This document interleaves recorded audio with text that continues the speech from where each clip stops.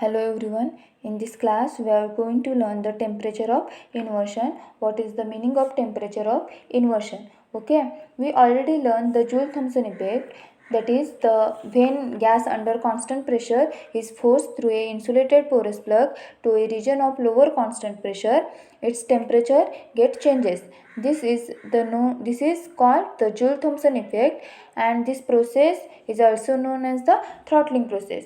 Okay, the change in temperature is proportional to the pressure difference between the two sides of the plug. This is the Joule-Thomson effect, and the temperature at which Joule-Thomson effect changes sign is known as the temperature of inversion. Understood? The temperature at which Joule-Thomson effect changes its sign is known as the temperature of inversion. It is denoted by a letter Ti. Okay. At this temperature, we have the condition 2A upon R Ti is equal to B. Okay.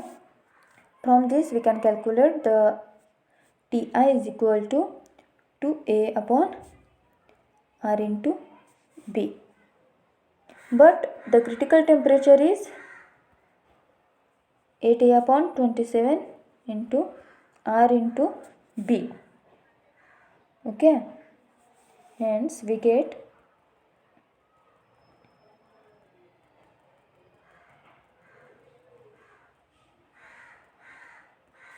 Ti is equal to 27 by 4 into 8A upon 27 RB.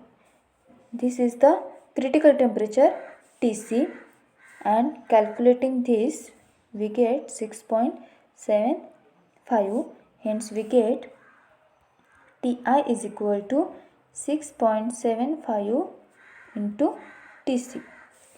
This is the equation for temperature of inversion. Ti is equal to 6.75 into Tc. By knowing the critical temperature, we can calculate the temperature of inversion. Okay. For most of the gases, temperature of inversion is greater than the ordinary temperature. For most of the gases, the temperature of inversion is greater. Ti is greater than the ordinary temperature. Hence, cooling effect is observed. Okay. For hydrogen and helium, the temperature of inversion is much below the ordinary temperature. Hence, they show heating effect at ordinary temperature. See, for most of the gases, temperature of inversion is greater than the ordinary temperature. Hence, the gases shows the cooling effect, and hydrogen and helium shows the heating effect because the temperature of inversion is much below than the ordinary temperature. Okay. For hydrogen, the value of Ti is minus 80 degree Celsius, that is 193 degree Kelvin at about 100 atmospheric pressure. Hence, hydrogen is cooled below minus 80 degree Celsius and then pass through a porous plug. Then cooling effect can be observed in hydrogen. Okay. For helium,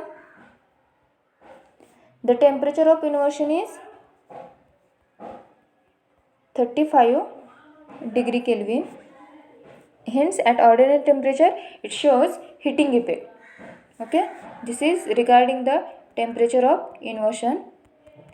And the next part is the Clausius-Clapeyron equation. Okay.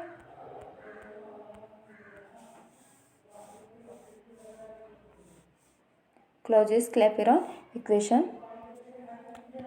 Clausius-Clapeyron equation is the application of Maxwell's first thermodynamic relation. Okay. What is the Maxwell's first thermodynamic relation? Dou S by dou V at T is equal to dou P by dou T at V. Here the partial differentiation of entropy with respect to volume at T is equal to partial differentiation of pressure with respect to temperature at V. This is the Maxwell's first thermodynamic relation. Multiplying both sides by T, we get this equation, multiplying both sides by T. Okay, we get T into dou S by dou V at V is equal to T into, see, dou S by dou V at T is equal to dou P by dou T at V. This is the Maxwell's first thermodynamic relation. Multiplying both sides by T, we get T into dou S by dou V at T is equal to T into dou P by dou T at V. Okay, but from the second law of thermodynamics, we have T into ds is equal to dou Q. Okay, T into ds is equal to dou Q. Hence, we get dou Q by dou V at T is equal to T into dou P by dou V at V. Okay, see here we derive it for your convenience. Here we have dou Q by dou V at T is equal to, here see,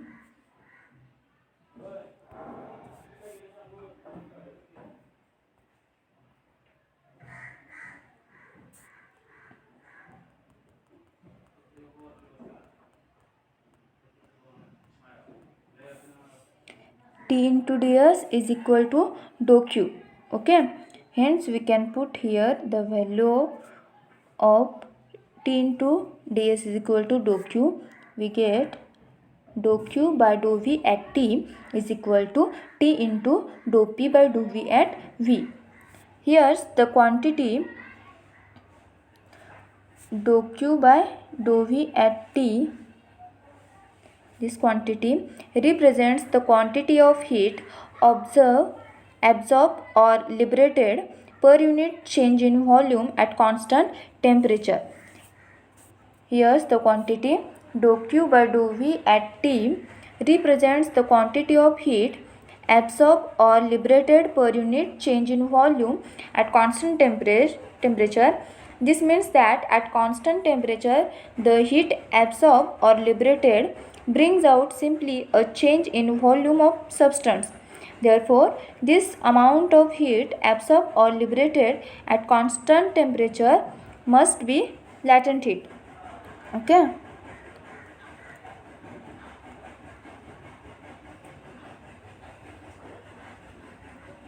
Let L be the quantity of heat required to change the state of the unit mass of the substance, that is the latent heat. If L be the latent heat,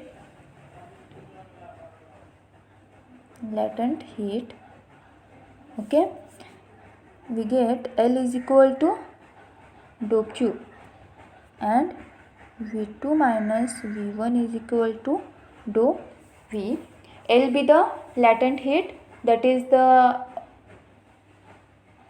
quantity of heat required to change the state of the unit mass of the substance, and V2 and V1 be the corresponding volume per unit mass, that is the specific volume.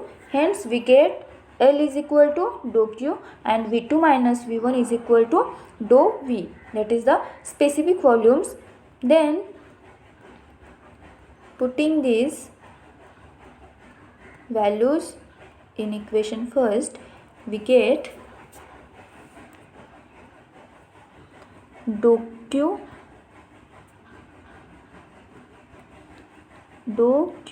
by dou V at T is equal to L upon V2 minus V1. Okay, hence equation first become, we get L upon V2 minus V1 is equal to T into dou P by dou T at V. Okay. By modifying this equation, we get the equation, see here,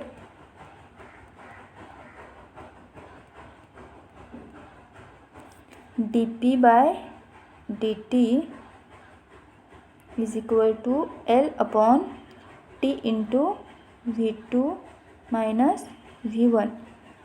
Okay, where dt is the change in melting point or boiling point due to change in pressure dP. This equation is called as Clausius-Clapeyron latent heat equation. Okay, this equation is known as Clausius-Clapeyron latent heat equation. dP by dt is equal to L upon T into V2 minus V1, where L be the latent heat, T be the temperature, V2 minus V1 be the specific volumes. Okay, and dP be the change in pressure, dt is the change in melting point or the boiling point. Okay, here we completed the Clausius-Clapeyron equation. In this class we study the temperature of inversion, what is the temperature of inversion, and the Clausius-Clapeyron equation. dP by dt is equal to L upon T into V2 minus V1. Okay, thank you.